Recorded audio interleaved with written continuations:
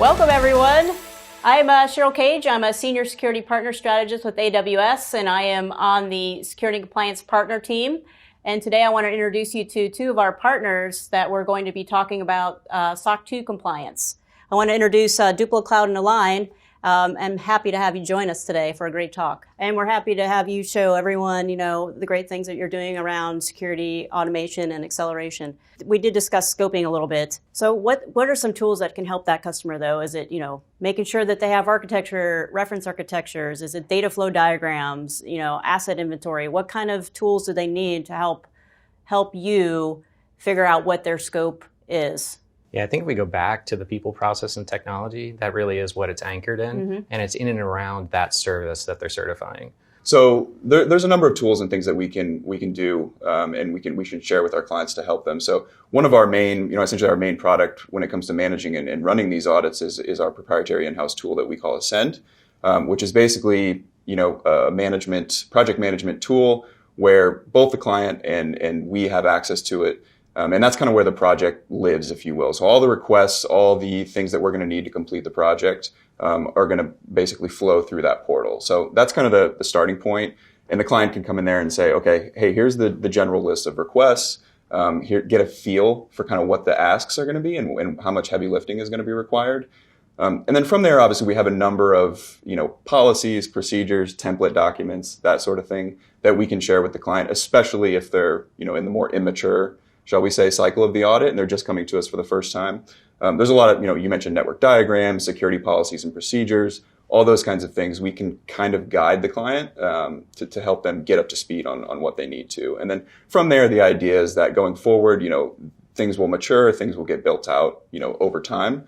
So it's kind of just a starting point, and then we go from there. Connor does bring up a good point. SOC 2 is very documentation heavy, so you need to have all those policies and procedures in place. How does Duplo Cloud help with that? Yeah, I think what we tend to do is that we are more on the implementation side. So our general goal is that if the customer is using Duplo Cloud, as far as the AWS controls are concerned, by and large, they don't have to worry about it, period. Our goal is that when the readiness assessment happens, they come in, they're there like 90% of the time, for example, right? But at the same time, it's not something that they really need to worry about underneath it, and then they're just using it. Then comes the policy aspect of it. So as far as the AWS infrastructure policies are concerned, that I think we would give them controls, and then they would have we could help them with the template policies and stuff, but that's typically when they actually talk to A-LIGN and so forth is when they nail down their policies. But what we have done beforehand is that we've already set in the best practices and sort of gotten them like 90% there in terms of implementation, as far as AWS is concerned. And we're talking kind of, I want to get into the automation aspect of, SOC 2 and, how does Duplo Cloud help automate that process? Someone comes to you and says, I need to get, SOC 2 type 1, tomorrow. Right. How do you make that happen? Yeah. So I think when somebody says like that, so the first question we ask them is that like, okay, what do you have? How big is your infrastructure? And when you set up that infrastructure, did you have SOC 2 in mind? Did you put in those controls, right? So now let's say the answer is, I have a huge infrastructure, hundreds of virtual machines and workloads and containers. I didn't think about SOC 2, right? Then we're like, oops, okay, we need to figure out like how to do that. But on the other hand, if they basically say that, okay, I have a rather small infrastructure, that what we could do is that, okay, you go and install the software that automatically pushes much of the SOC 2 controls. And you could basically split SOC 2 controls into two pieces: provisioning time controls and post-provisioning controls. Post-provisioning controls are monitoring controls, okay? If security group goes off, or the CPUs and the memory and those kind of things. Those are easy to basically apply, right? Regardless of whether you have an infrastructure or not, we basically go and enable it, and then it'll start monitoring the system and let you. But those constitute, I would say from my experience, about 30 to 40% of the overall control set.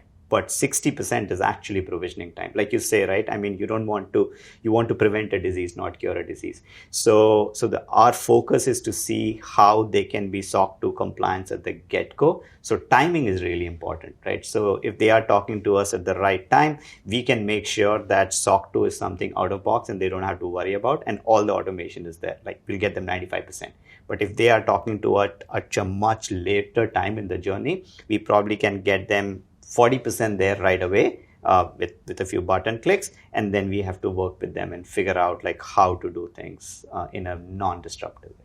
And so DuploCloud, it's DevSecOps platform. Right. So how much, time and money can the average, company save by not having to hire all those people to do that work? Right. What we have typically seen is about like 4 to 5 weeks their infrastructure. I mean, if we talk to them at the right time, the infrastructure would be compliant, right? And I would say that a lot of our customers who are, let's say, less than 50 VMs or maybe 75 VMs, they may not have an in-house DevOps engineer. The larger ones do have, but it's an order of magnitude, basically. Like what I have seen in the industry is that if you're talking about like 60 controls, 2 controls like 2-3 days of control, and they're taking a long time, like basically like months. With DuploCloud, I think it's maybe about like 4 to 6 weeks is what I would say, to get to that stage where they're 95% there. And again, I'm talking about the cloud infrastructure. There's a lot that happens outside of that, right? I mean, the endpoint security and the processes. That part takes some time, but with DuploCloud, I think the AWS part is sort of like given. It's there. And, we're talking about automation too. And, in the past, auditing has been a very manual process. And we're starting to see more automation built in, in the auditing process. So I know you talked about Ascend. Can you tell us about how Ascend, automates that process? Yeah, so in and around Ascend, there are some areas where we're automating kind of on the back end. So if you think about the evidence that needs to be collected in order to assert that these controls are in place, we allow our customers to basically upload that evidence. And then we do things like deduplication. So it's this concept of test once, use many, where you can actually look at one piece of evidence and maybe map it to multiple controls. So this is really to cut down on the number of times we might request an information security policy or an AWS configuration setting. So that's one of the pieces that we do that. Another area where we're focused is in and around collection of the evidence. So since that information now resides behind APIs, which we can programmatically hit and query, we're able to actually go and get access to those APIs and pull back that information. So what we're really focused in and around are the biggest time savers. Where did engineers used to have to go and take screenshots and do that for hours, maybe even days, to collect, let's say, their access control list from AWS? So can we actually just go hit the same APIs, pull back the security groups, pull it into a document that can be used both by the engineers and the auditors to review, and then associate it to the control in order to say, all right, this is how I'm going to perform my control testing. So within A-LIGN and Ascend, those are the patterns that we're working on and getting them implemented. Wonderful. And for SOC 2, do you do any sort of sampling for evidence? Does that come into play as well? Sampling does come into play. I mean, I think we were talking about this a little bit earlier about scoping and making sure that you have the proper scope. Where we focus in and around scope is really at the account level right now. So in AWS, we can have multiple accounts. So for your service, if you're really just focused on your production environment, then we would focus on that account. You may have multiple accounts that actually support that service. So scoping comes into play, making sure that we have that defined for every assessment that we would be focused on. And we're doing that within Ascend, and then we'll continue to improve upon our scoping ability over time with the product. And we're talking about automation, but I know what parts of auditing are still manual. There's still some manual pieces to it, so maybe you can let us know what those are. Yeah, I mean, for the most part, auditing, there's quite a bit of human-in-the-loop automation going on right now, and we're starting to improve upon that. You still, you'll still find yourself manually uploading documentation. I know we were talking about DuploCloud and really, in and around the areas of AWS infrastructure and what's there, but there are other areas within SOC 2 that fall outside of the infrastructure, quite a few. Mm-hmm. So, things like organizational charts, background checks, those things might be a manual upload. So that does occur. Going through and actually assessing and reviewing it, there's a lot of work that's going on in and around the concept of configuration compliance, right? Or really looking at a setting and then making a determination. But there's still a human component to that, to look at those reports, make sure that over time that control is operating effectively, and then adding that to it as well. So there's still a considerable amount of manual tasks that do occur. but we're moving towards automation wherever possible. Yeah, that's great. And since we're talking about, we kind of mentioned continuous compliance or continuous monitoring, how does DuploCloud, provide continuous monitoring? Yeah, I think one of the core pieces is that, in fact, like in our business model, we almost don't charge them till they get to a point where they have most of the controls in place, at least the initial provisioning time controls. The idea is that in today's world, with microservices and so many different AWS services and whatnot, there is a constant change in the system. So it's important to have automation, not just for constant provisioning, but also to make sure that as people are provisioning constantly, they're not breaking anything. So DuploCloud does it in two ways. One is that DuploCloud is a provisioning tool. So you actually use it to provision and make changes on an ongoing basis. So that way you're guaranteed that it's not one time. As you go forward, you would continue to be compliant because you continue to use that tool.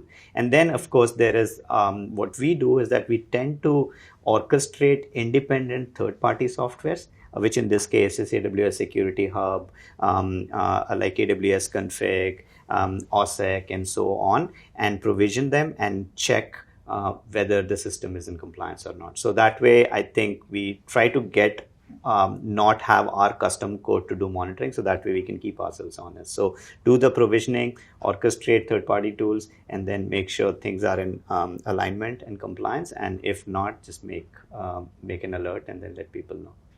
And SOC 2 is not a one and done, right? It's an annual thing. And one question I did forget to mention, I asked earlier, is what's the normal reporting timeline that you see? There's kind of a beginning, a middle, and an end when we think about a SOC 2 project. Typically the beginning, planning stage, kind of the ramp up. So depending on the client's readiness, depending on, if they've done an audit in the past, we'll kind of gauge how much ramp up time they're going to need. Typically it's about 6 to 8 weeks on the front end, where we deliver that information request list, is what we call it, in the Ascend platform that we were talking about earlier. And the client will have an opportunity to review that, start drafting their responses, start uploading evidence, all the things that we've been talking about. And like I said, usually that's anywhere from 6 to 8 weeks of kind of prep time.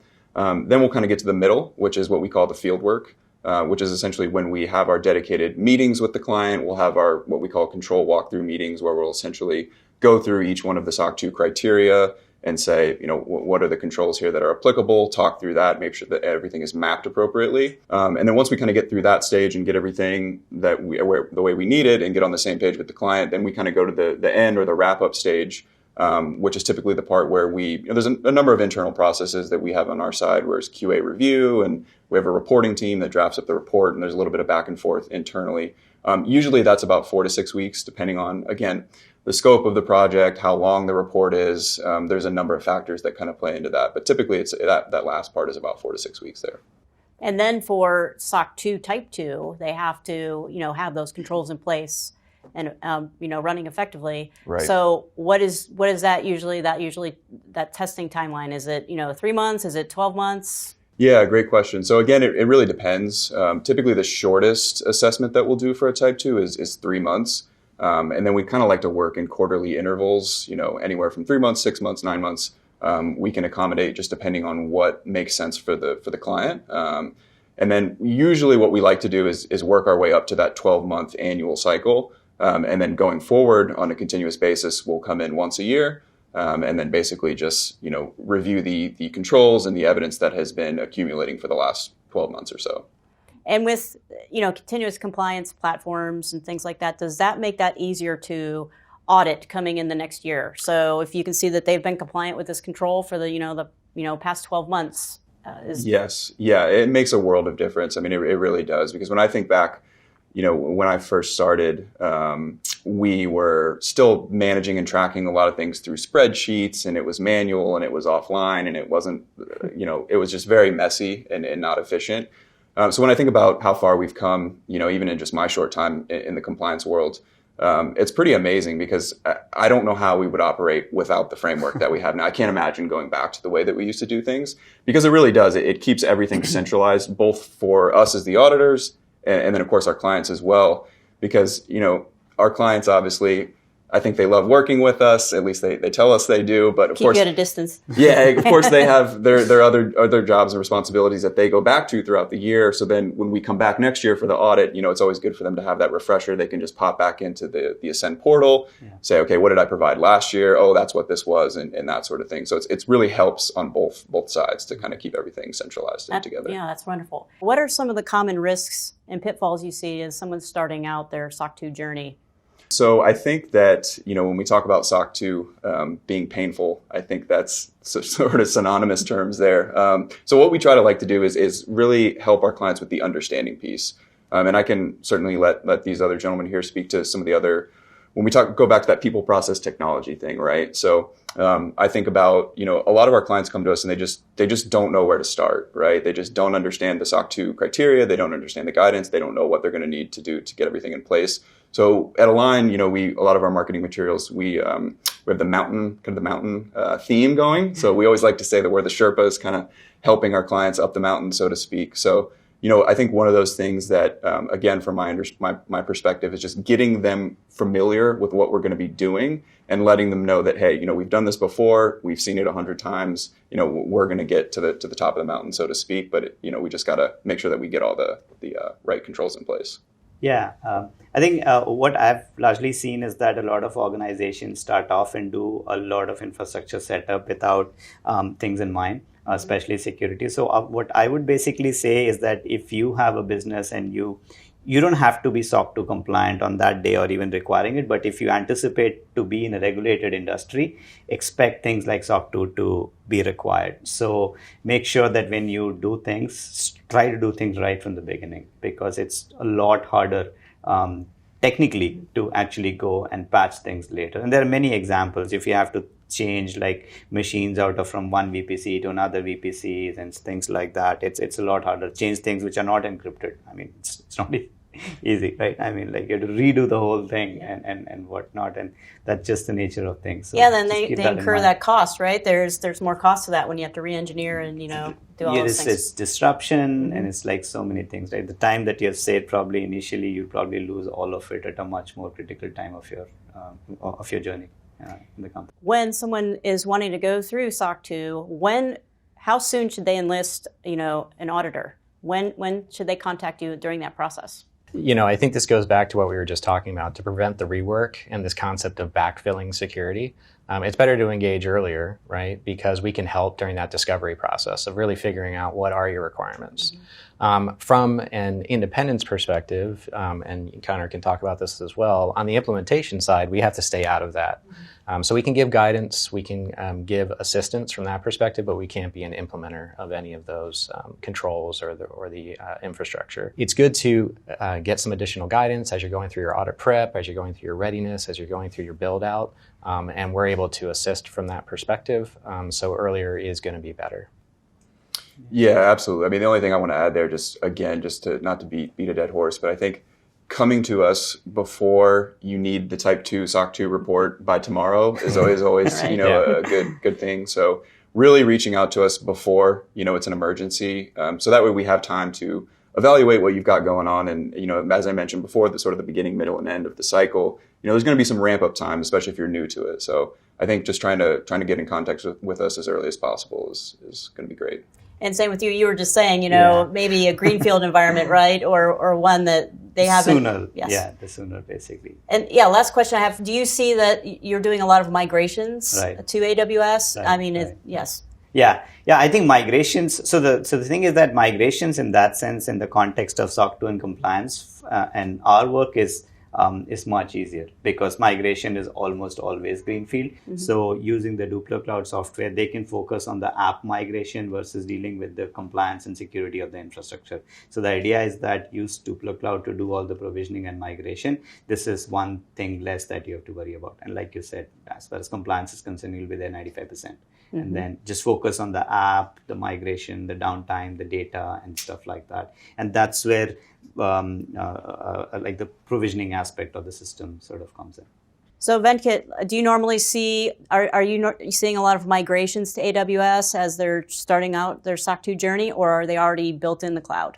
No, I think it's both, right? I mean, obviously, a lot of the infrastructure still exists outside of the public cloud, so it's both.